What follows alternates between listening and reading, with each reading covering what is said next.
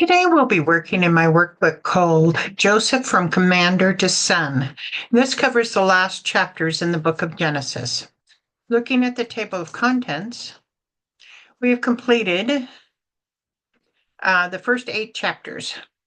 Basically, this book started when the 10 brothers went to Egypt to get grain because of the famine, and Joseph puts them through a number of tests, and finally Joseph reveals himself to his brothers, and then Jacob's whole family that live in Canaan moved to Egypt in the land of Goshen to survive the famine.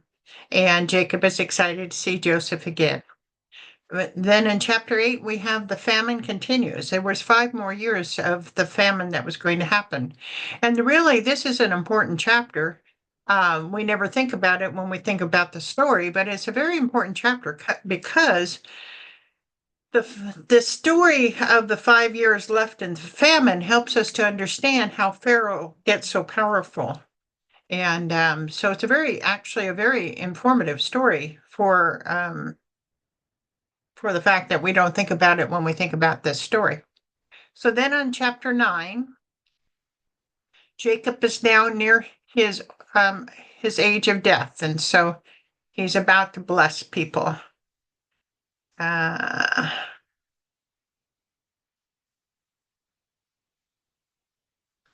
Jacob blesses Manasseh and Ephraim, and this covers Genesis 47:28 through 48:22.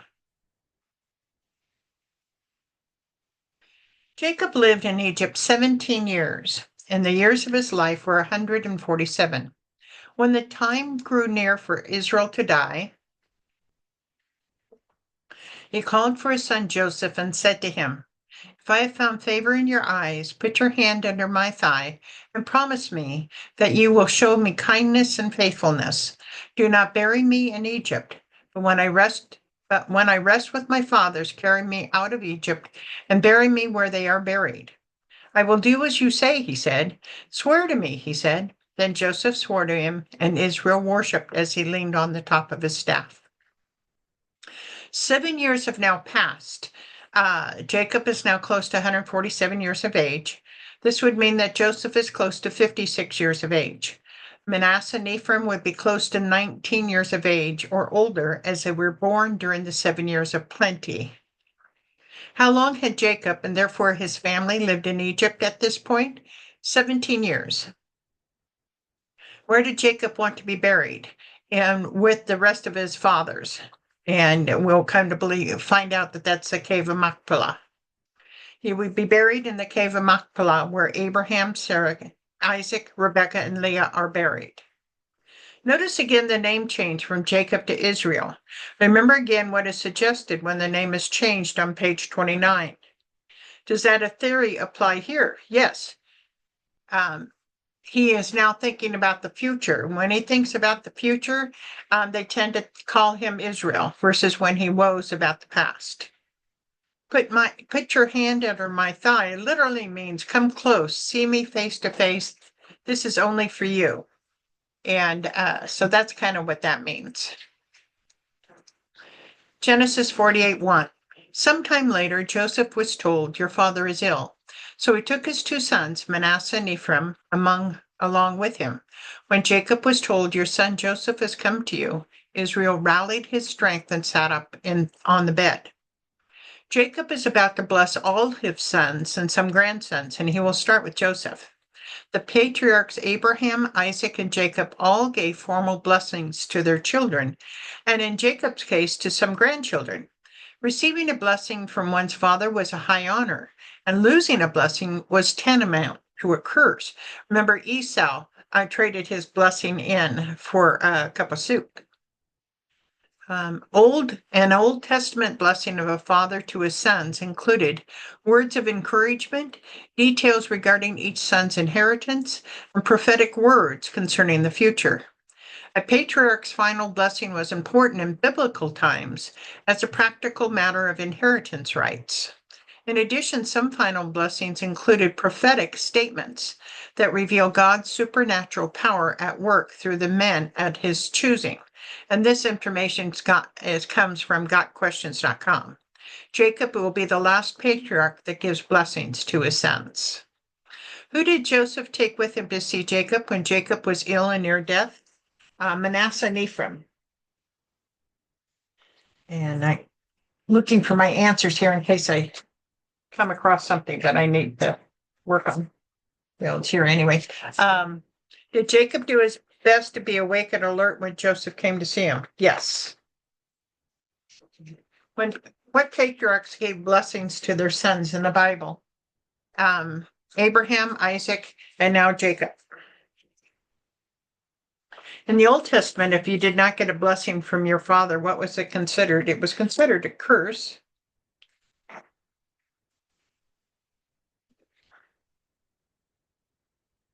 Who was the last patriarch to give a blessing?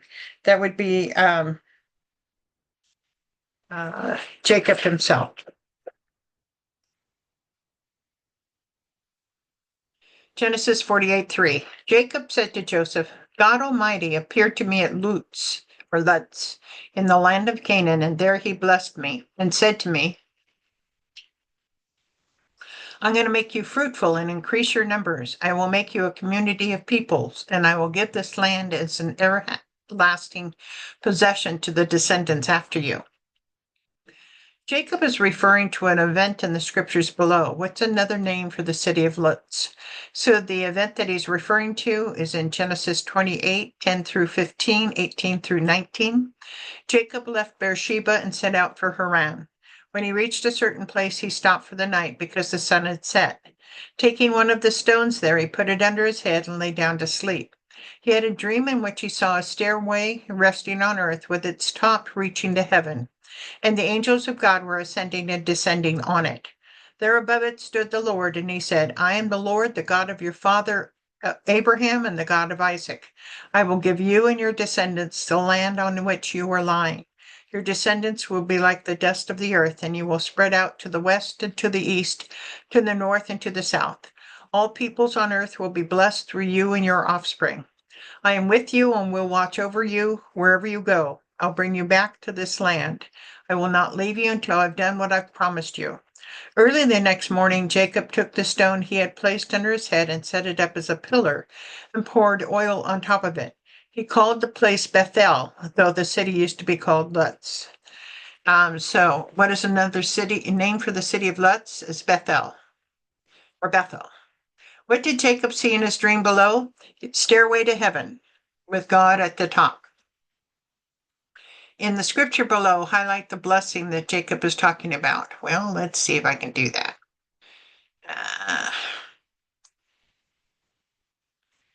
Well, let me see. I've never did a highlighting before.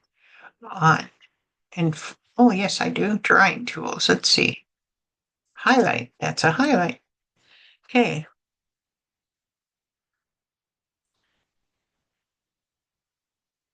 Okay.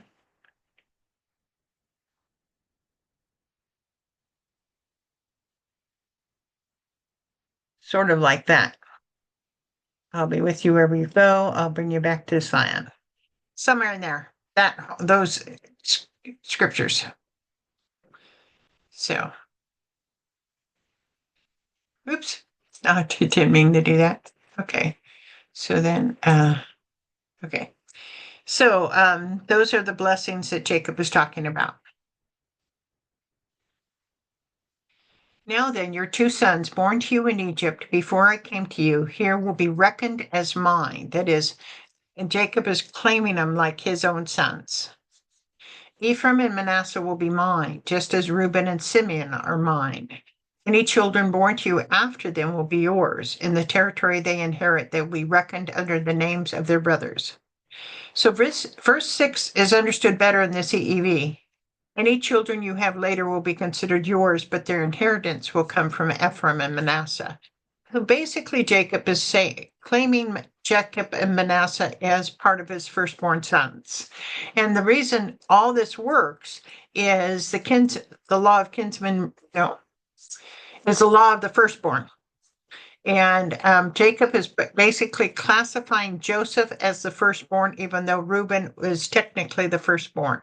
But because Joseph is the firstborn and he has his issues in Egypt, so he really can't leave Egypt, his two sons then get the double portion that a firstborn gets, one portion for each one of them. And so that's why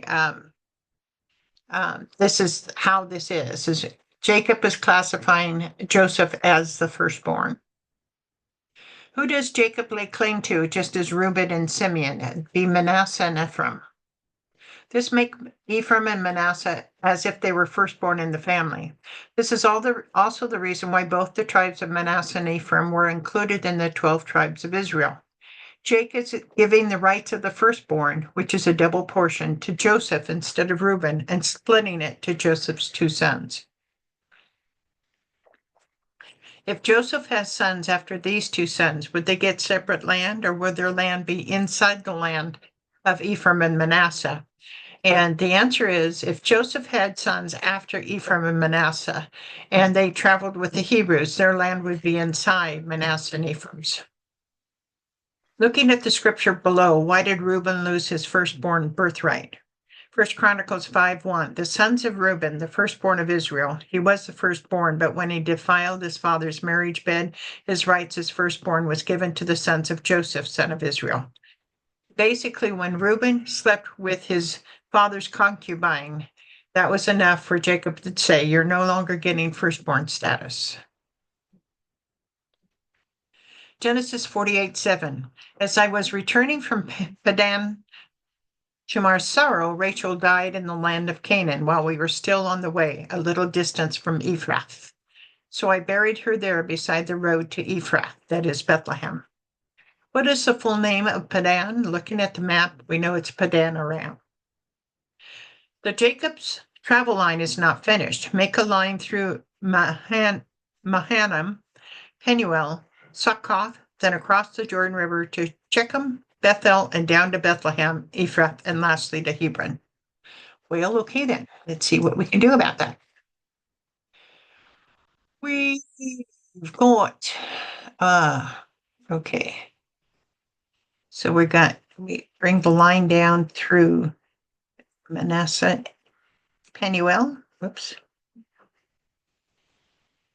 And then Succoth, then over to Shechem, Bethel, down to Hebron.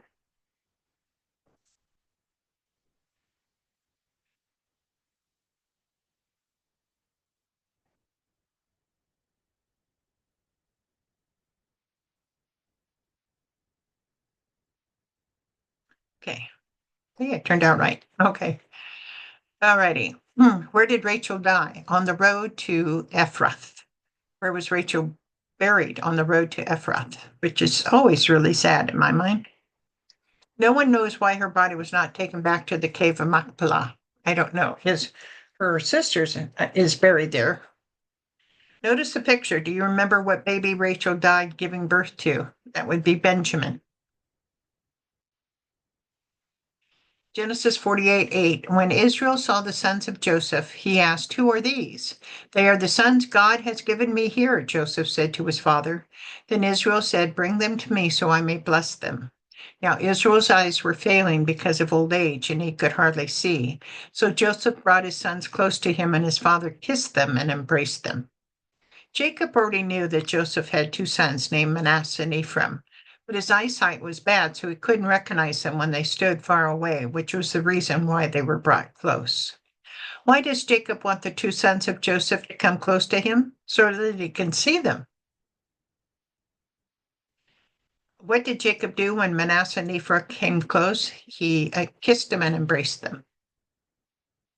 Why did Jacob not recognize them when the sons came in the room? They were too far away. He couldn't recognize them. It is interesting that all their lives they've been raised as Egyptians, and yet now they're blessed as Hebrews. Joseph may have told them about his Hebrew heritage, but even Joseph didn't know for sure if and when he'd be reunited with his family. The last 17 years, they've had the benefit of both heritages to observe and understand. When the Israelites leave Egypt over 300 years later, there's no question that the tribes of Manasseh and Ephraim go with the Israelites. When was the complete transition of Manasseh and Ephraim to being fully Hebrew? No one really knows. Genesis 48:11. Israel said to Joseph, I've never expected to see your face again, and now God has allowed me to see your children too. Then Joseph removed them from Israel's knees and bowed down with his face to the ground. And Joseph took both of them, Ephraim on his right toward Israel's left, and Manasseh on his left toward Israel's right hand, and brought them close to him. But Israel reached out his right hand and put it on Ephraim's head, and though he was younger, and crossing his arms, he put his left hand on Manasseh's head, even though Manasseh was the firstborn. Verse 12 is better understood in the AMP translation. Then Joseph took the boys from his father's embrace, and he bowed down before him with his face to the ground. The verse is better translated as young men rather than boys, as they're at least 19 years of age and no more than 26. How long had Joseph and Jacob been apart? It was 20 years. I have to look again, 20 years. Let's see what my answer is. You can look. 22 years? I don't know. Let's see. 22 years from when Joseph was sold as a slave to when Jacob came to Egypt. Why did Joseph move his sons away? So that he could bow down and worship his father. Then Joseph took both of them, Ephraim on his right toward Israel's left hand, and Manasseh on his left toward Israel's right hand. The reason for this is that Manasseh is the oldest and the right hand is dominant. Technically, the oldest would get the first blessing from the right dominant hand. Genesis 48:15. Then he blessed Joseph and said, May the God before whom my fathers, Abraham and Isaac, walked faithfully, the God who has been my shepherd all my life to this day, the angel who has delivered me from all harm, may he bless these boys. May they be called by my name and the names of my fathers, Abraham and Isaac, and may they increase greatly on the earth. Jacob describes God in three ways. What are they? God before whom my fathers, Abraham and Isaac, walked faithfully, God who has been my shepherd all my life to this day, the angel who has delivered me from all harm. Jacob's blessing includes two things. They are, may they be called by my name and the names of my father Abraham and Isaac, and may they increase greatly on the earth.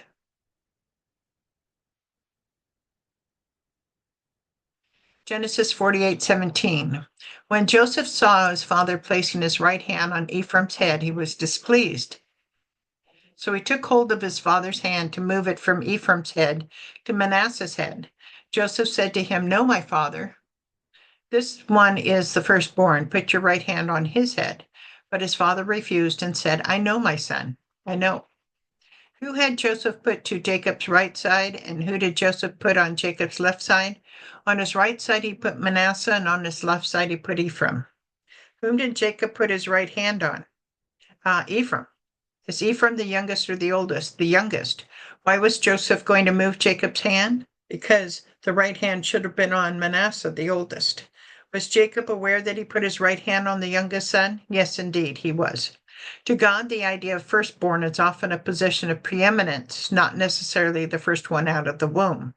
We see this in Isaac over Ishmael, Jacob getting both the birthright and blessing over Esau, who came out first, and that of David, even though he was the youngest son. Jeremiah 31:9, because I'm Israel's father and Ephraim is my firstborn son. Genesis 48:19b, he too will become a people, and he too will become great. Nevertheless, his younger brother will be greater than he, and his descendants will become a group of nations. He blessed them that day and said, In your name will Israel pronounce this blessing. May God make you like Ephraim and Manasseh. So he put Ephraim ahead of Manasseh. Which tribe will be greater than the other, Ephraim or Manasseh? Ephraim. Will both of their tribes be great, even though one is greater? Yes, both of their tribes will be great. Aside from being great, the tribe of Ephraim will become a group of nations. How does Ephraim become a group of nations? When the kingdom is divided into north and south, the northern kingdom that we call Israel was often called Ephraim because the tribe of Ephraim was the dominant tribe, much like Judah was the dominant tribe of the south, even though the south included the tribe of Benjamin and Dan. 2 Chronicles 25:7. But a man of God came to him and said, Your Majesty, these troops from Israel must not march with you, for the Lord is not with Israel, not with any of the people of Ephraim.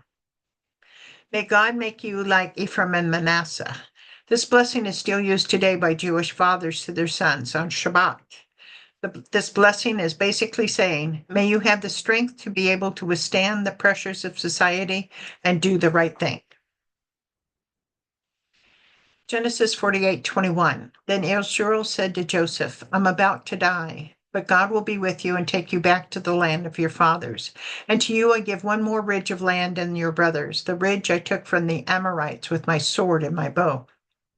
This battle is not covered in the Bible. However, Bible scholars believe it is or near Shechem, as Shechem means ridge. This land will be included in the territory of Ephraim and where Joseph will be buried. Does Jacob tell Joseph that the Israelites will be going back to Canaan in the future? Yes, he does. How does Jacob obtain this ridge of land? He obtained it from the Amorites with a sword and a bow. Is this a battle that is included in the Bible? No, it is not. What are the three reasons why Bible scholars believe it's the city of Shechem? Shechem means ridge. This territory is included in of Ephraim's territory, and it's also where Joseph is buried. Locate Shechem on the map to the right and circle it. This happens to be the same town that Dinah was raped and Simeon and Levi killed all the able-bodied men of the town. So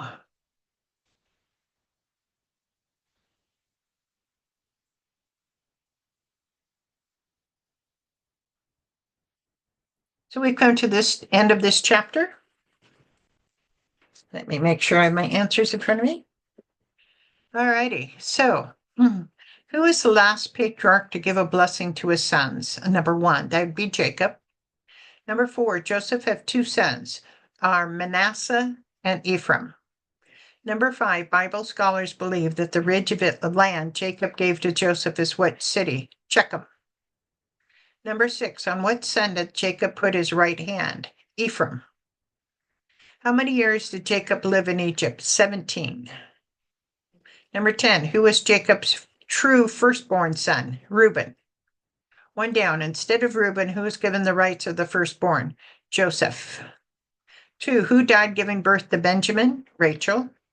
3, what's another name for Ephrath? Bethlehem. 7, what is another name for the city of Luz? Bethel. And 9, Jacob does not want to be buried in Egypt. So that's the end of this chapter. I hope you enjoyed it. Have a great day.